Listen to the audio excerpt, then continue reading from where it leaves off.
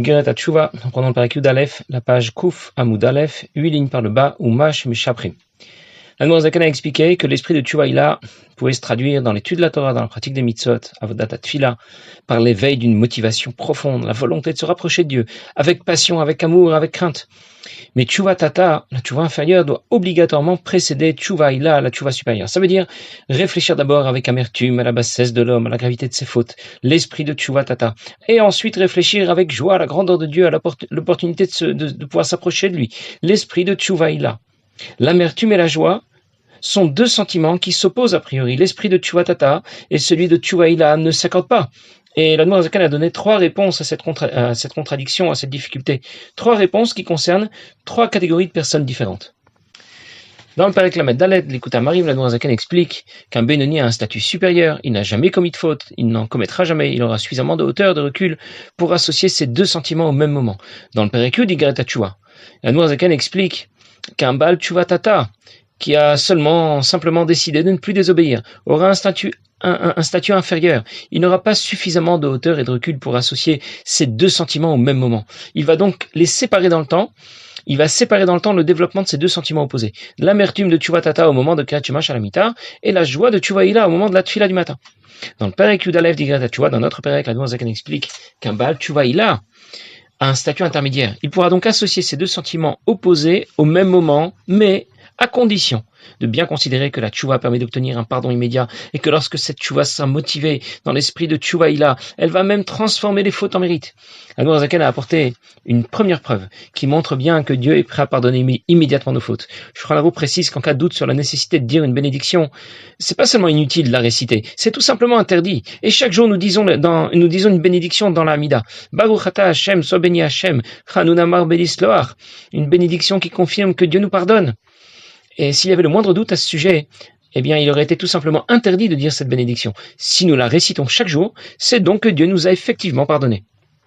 L'Admor Zaken a ensuite rapporté une seconde preuve qui montre bien que Dieu nous pardonne immédiatement, dès que l'on fait tchouva. Comment savons-nous que Dieu est prêt à pardonner sans limite? C'est parce qu'il nous demande aussi de pardonner à ceux qui nous ont fait du mal, immédiatement et sans limite. Le pasuk dit Magid vrav le Yaakov chukav mishpatav l'Israël. Un pasuk qui explique que Dieu respecte lui-même les mitzvot qu'il nous impose. Et c'est bien la preuve que Dieu est prêt à nous pardonner immédiatement et sans limite, comme il nous le demande. Alors je récapitule. On nous demande de pardonner immédiatement. On nous demande de pardonner même des fautes irréparables. Celui qui ne pardonne pas, on va dire de lui qu'il est cruel. Celui qui ne pardonne pas après 3 tentatives, on dit que c'est lui le coupable. Celui qui ne pardonne pas, on dit qu'il est même incompatible avec le peuple juif, comme l'Admor Zaken l'évoque avec l'histoire des Givonim dont on a parlé la dernière fois. Voilà ce qu'on exige de nous. Voilà combien on nous demande de pardonner. Alors, si Akadosh Baruch Hu exige à ce point de nous que l'on puisse pardonner aux autres, c'est que lui aussi est prêt à nous pardonner immédiatement, même les fautes irréparable. Et quand je prends conscience que Dieu est prêt à pardonner, Dieu est prêt à me pardonner, je vais être capable de faire le grand écart dont on a parlé et d'associer au même moment un sentiment d'amertume, d'humilité, de bitoul, en considérant la bassesse de l'homme et la gravité de ses fautes. Et en même temps, un sentiment de joie en considérant la grandeur de Dieu, l'opportunité qu'il nous a offert de le rejoindre, pratiquant Torah mitzvot, en considérant que Dieu est prêt à pardonner immédiatement et sans limite. Et l'Admor Zaken va maintenant ajouter que Dieu n'est pas seulement prêt à pardonner nos fautes, il est prêt à pardonner beaucoup. Alors je vais déjà le lire dans les mots. Quand on fait l'éloge d'Hachem, on dit une bénédiction à ce sujet. Et nous disons Chanuna marbe l'histoire. Dieu est miséricordieux et il pardonne beaucoup. À marbe daika. On insiste sur le beaucoup. Comme c'est écrit dans Ezra verav l'histoire. Dieu pardonne beaucoup. Dainu, c'est-à-dire Shebemidat basar vadam. Dans l'idée d'un homme, imirtaïsh leish, quand quelqu'un a fait une faute envers quelqu'un d'autre, bikesh menu mechila ou machalo, il lui a demandé pardon, il lui a pardonné, vachakachazar les sourds, et ensuite il a recommencé. Kashemot imchol shenit. C'est déjà beaucoup plus difficile de lui pardonner une seconde fois. Kolshken bishlishit urvit, encore plus difficile de lui pardonner la 3e ou la 4e fois. Aval bemidat akadosh baruch hu, mais dans l'idée d'Akadosh Baruch Hu, dans la mida d'Akadosh Baruch Hu.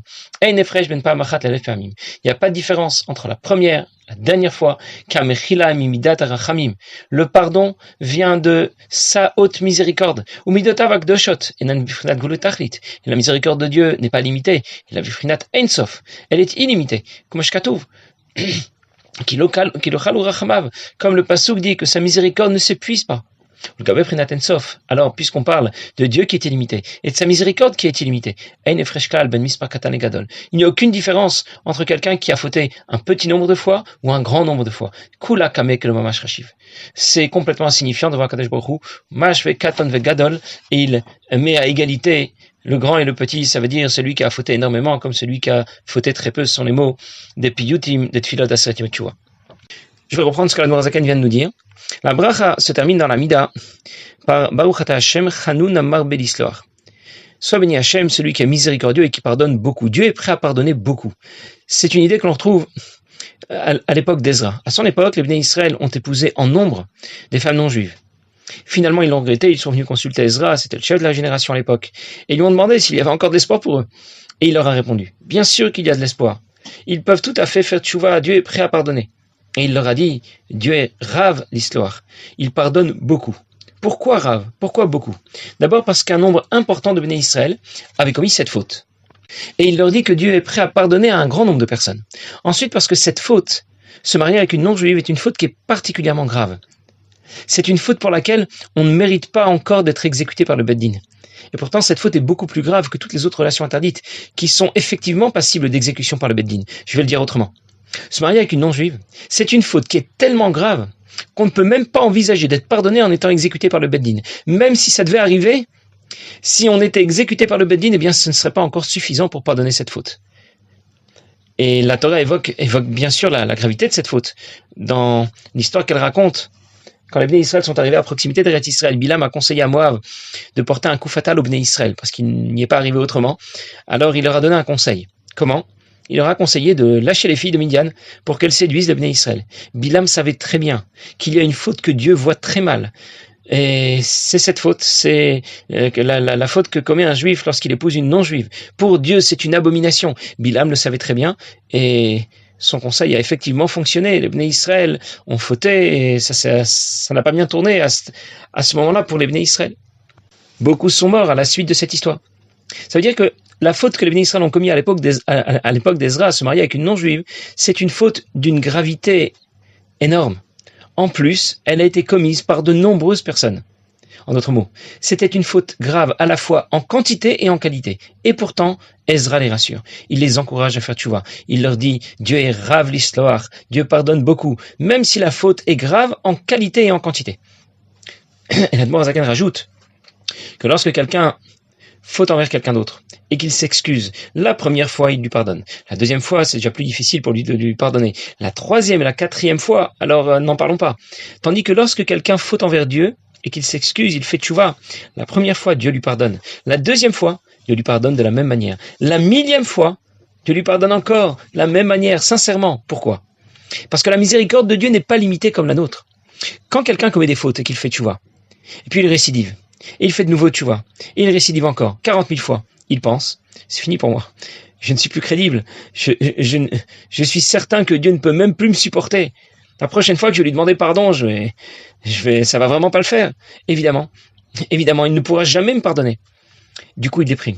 Et il ne peut plus pratiquer Torah Mitzvot avec joie. Il ne peut plus faire sa tefila avec simcha. Et pourtant, c'est faux. Dieu n'a pas de limite. Sa miséricorde n'a pas de limite. Et son pardon n'a pas de limite. Dieu pardonne de la même manière la première fois et la millième fois.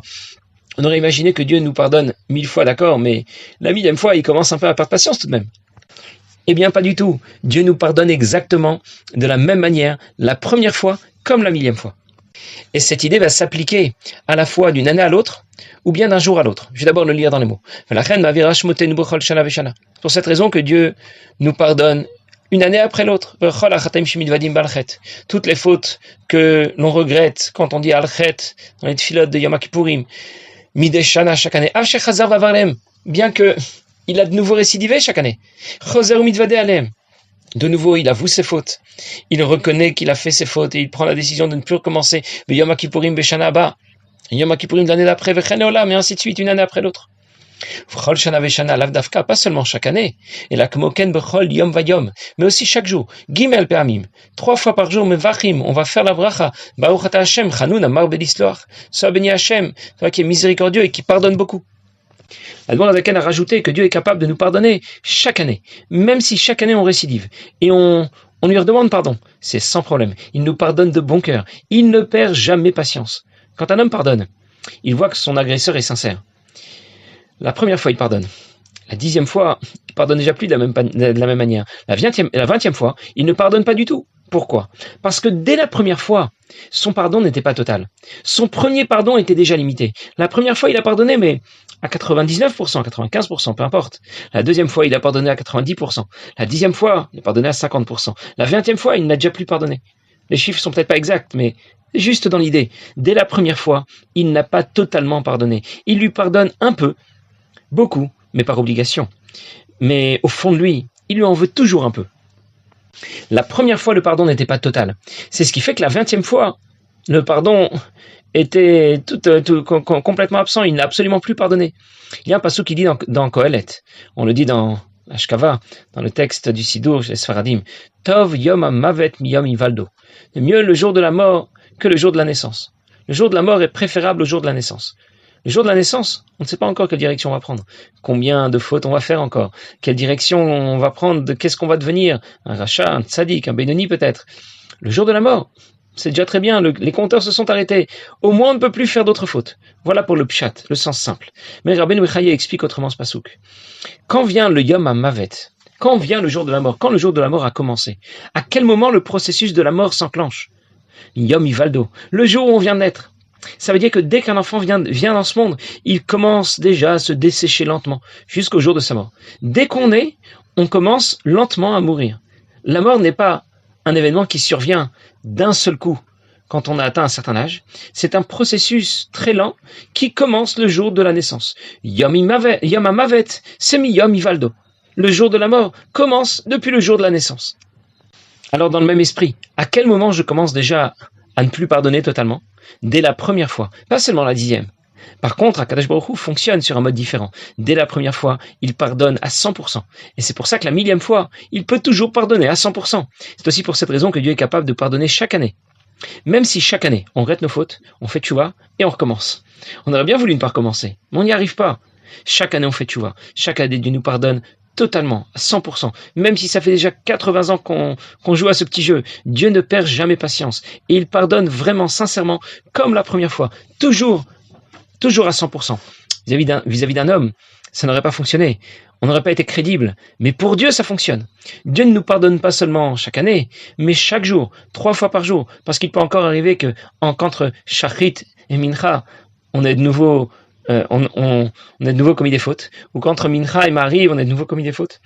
Qu'entre Mariv et Shachrit, on est de nouveau commis des fautes. Par exemple, quelle faute est tellement difficile à éviter ? La faute de Bitul Torah, d'avoir du temps disponible, de ne pas l'exploiter totalement pour étudier la Torah. C'est une faute qui est quasi inévitable, et pourtant, on demande 3 fois par jour. Slach lanu, on demande à Dieu que Dieu nous pardonne, même pour cette faute, et il est prêt à nous pardonner. On raconte qu'un jour, tous les talmidim, tous les élèves du Maguid de Mezrich étaient réunis un Shabbat chez lui, et donc il a voulu profiter de l'occasion. Tous ces talmidim sont là, ils ont chacun des moyens, des forces spirituelles extraordinaires. Alors il les a réunis, il les a briefés, et il leur a dit que la tfila de Ma'ariv de Shabbat devait se passer de telle et telle manière. Il leur a dit à chacun à quoi penser, à quoi réfléchir au moment de la tfila. Et la tfila s'est déroulée avec une grande flamme, avec une grande joie. Après la tfila de Ma'ariv, le Maguid est rentré dans son bureau, et quand il est sorti du bureau, son visage avait complètement changé. Ces talmidim l'ont vu, ses élèves l'ont vu, il avait un visage très sérieux pendant tout le repas du soir, il n'a pas dit un mot. Et la seule chose qu'ils ont entendue, c'est que on n'a rien à craindre de lui. Il y a quelqu'un contre lui qui pourra le battre. Et ses élèves n'ont pas compris ce que le Maguid voulait dire, et c'est comme ça que le Shabbat s'est terminé, dans cette ambiance sérieuse, sévère. Et les Talmidim se sentaient vraiment très mal. Ils ne savaient pas s'ils devaient oser demander au Maguid ce qu'ils devaient faire, comment résoudre le problème, la situation auquel ils étaient confrontés apparemment, même s'ils n'avaient aucune idée de ce qui se passait. Et ils ont décidé plutôt d'envoyer un shliach chez Rabbi Pinchas Mikoritz, qui était lui aussi un des grands élèves du Baal Shem Tov.